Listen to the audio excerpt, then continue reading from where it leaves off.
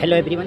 अभी अभी मेरा थर्ड शिफ्ट सीजल का एग्ज़ाम कंप्लीट हुआ है और मैं एक पार्क में बैठा हूँ और वहाँ से आपको बताने का कोशिश कर रहा हूँ कि किस तरह के क्वेश्चन पूछे गए थे और मेरा जो एग्ज़ाम हुआ वो किस प्रकार सक्सेसफुली कंडक्ट हुआ या नहीं हुआ।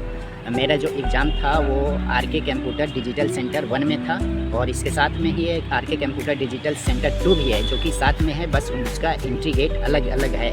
अगर आपका फर्दर डेट में एग्ज़ाम इस सेंटर पे है तो यहाँ से nearest metro station Shastri Nagar है जो कि 1.5 किलोमीटर के इंटरवल में है। वहाँ से आप शास्त्री नगर मेट्रो स्टेशन से आप ऑटो वाले के 20 रुपया देके आप इस सेंटर पे बहुत ही आराम से पहुँच सकते हैं। तो आइए सबसे पहले बताता हूँ मैंने सीजल के एग्ज़ाम में क्या एक्सपीरियंस किया, क्या एग्ज़ाम अटेम्प्ट करने में कोई प्रॉब्लम का सामना करना पड़ा, सारे के बारे में डिस्कस करूँगा। प्लस में पेपर जो भी है, जो भी जीएस, रीजनिंग, मैथ और इंग्लिश का क्या हाल है, किस तरह का क्वेश्चन पूछे जा रहे हैं, किस में ज़्यादा टाइम टेकिंग है, सारे के बारे में एक एक करके बात करते हैं। तो सबसे पहले हम बात करेंगे जीएस सेक्शन के।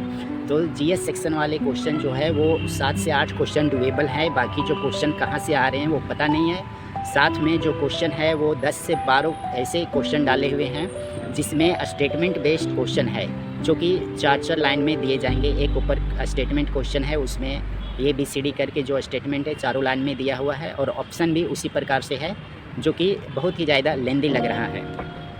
तो करेंट अफेयर का पता ही नहीं चल पा रहा है कहाँ से आ रहा नहीं आ रहा है। कुछ पहले वाले भी पूछ रहे हैं, कुछ लेटेस्ट भी पूछ रहे हैं। ऐसा नहीं है कि केवल नया पूछा जा रहा है। 22-23 का एक क्वेश्चन था जो कि 18 ब्रिक्स समिट से आया हुआ था।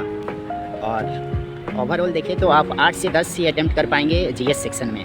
दूसरा बात करते हैं इंग्लिश सेक्शन का। तो इंग्लिश सेक्शन में देखिए सबसे पहले जो लेंदी सबसे ज़्यादा आ रहा है वो पैसेज आ रहा है। पैसेज इतना लंबा चौड़ा है कि उसको स्क्रॉल करने पे भी आपको नहीं दिखेगा और उस पैसेज में 5 क्वेश्चन डाले गए थे जो कि सारे क्वेश्चन पैसेज के इंटरनल से ही पूछे गए थे। ऐसा एक भी क्वेश्चन नहीं था कि इस पार्टिकुलर वर्ड का सिनोनिम क्या है या एंटोनिम्स क्या है, इस प्रकार का कोई क्वेश्चन नहीं था। सारे जो थे वो पैसेज पढ़ने के बाद ही आप अच्छे से उस पैसेज का आंसर कर पाएंगे, इस तरह का क्वेश्चन था। बाकी सिनोनिम एंटोनिम बस 2-3 ही दिखे। बाकी वो WS भी 1-2 क्वेश्चन ऐसा था जो कि पता ही नहीं चल पा रहा था, प्रीवियस ईयर का शायद नहीं लग रहा था। बाकी देखा जाए तो इंग्लिश में जो इधर वाले जो सेक्शन थे वो भी लंबा बहुत सारे लंबा स्टेटमेंट दे के पूछा गया था जो कि पता ही नहीं चल पा रहा था।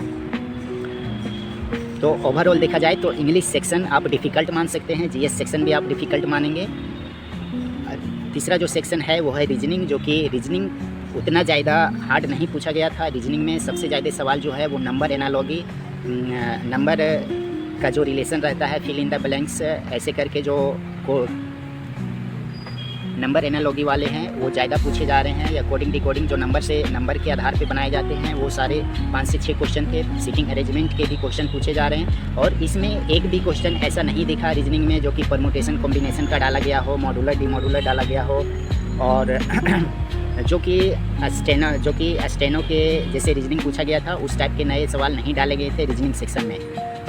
जो भी आ रहा है वो प्रीवियस ईयर क्वेश्चन के बेस्ड पे जैसे जो पहले सीजल में पूछा जाता था उसी प्रकार का क्वेश्चन रीजनिंग में डाला गया था। बाकी जो टाइम टेकिंग था वो सीटिंग अरेंजमेंट वाले क्वेश्चन थे। बाकी 18 से 20 ऐसे क्वेश्चन थे जो डुएबल थे।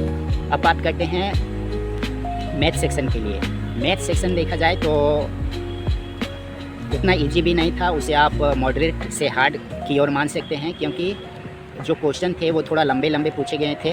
और ऐसा नहीं है कि जो क्वेश्चन अभी सारे लोग पढ़ रहे हैं जो कि नए टॉपिक जो भी इंक्लूड किया गया था, जैसे स्टैटिक्स वाले टॉपिक थे, परमुटेशन कॉम्बिनेशन वाले टॉपिक थे, या मॉन्टी हॉल प्रॉब्लम था, या क्या बोलते हैं उसको डिजिटल वो जो digital to octal, octal to ऐसे वाले जो क्वेश्चन थे उस प्रकार का क्वेश्चन नहीं पूछा जा रहा है। नंबर सिस्टम का जो कन्वर्जन वाला वो भी क्वेश्चन नहीं पूछा जा रहा है। जो भी था वो प्रीवियस ईयर क्वेश्चन बेस्ड थे। परमुटेशन कॉम्बिनेशन प्रोबेबिलिटी वाले एक भी क्वेश्चन नहीं पूछे गए थे। पूरा जो पूछा गया था वो प्रीवियस ईयर बेस्ड क्वेश्चन पूछे गए थे। सारे लोग अभी पढ़ने में लगे हैं जो नया टॉपिक इंक्लूड हुआ है वो। लेकिन ऐसा है कि SSC सबको चकमा दे रहा है कि सारे लोग इधर पढ़ने में लग जाएंगे नई पैटर्न वाले, जैसे कि सिलेक्शन पोस्ट में पूछा गया था, और इसमें क्वेश्चन ही उस तरह का नहीं दे रहे हैं। 1-2 क्वेश्चन आ जाए तो अलग बात है, लेकिन ज़्यादा जो क्वेश्चन थे वो प्रीवियस ईयर जैसे पूछा जाता था वैसे पूछा जा रहा है, लेकिन क्वेश्चन का लेवल है थोड़ा ऊपर उठा है। और एडवांस वाले जो सेक्शन है, ज्योमेट्री वाले सेक्शन है, वो बहुत ही कम पूछे जा रहे। 1 से 2 क्वेश्चन, 2 या 3 क्वेश्चन मिला था जो कि एडवांस से ज्योमेट्री वाले थे। बाकी कैलकुलेशन वाला क्वेश्चन जो है वो ज़्यादा पूछा जा रहा है।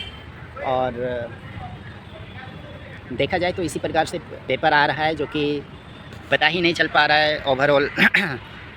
मैं अपना बात करूं तो मेरा जो अटैम्प्ट है वो 72 है। बाकी अब देखा जाएगा आंसर की आने के बाद कितने क्वेश्चन सही हुए हैं, कितने नहीं हुए हैं।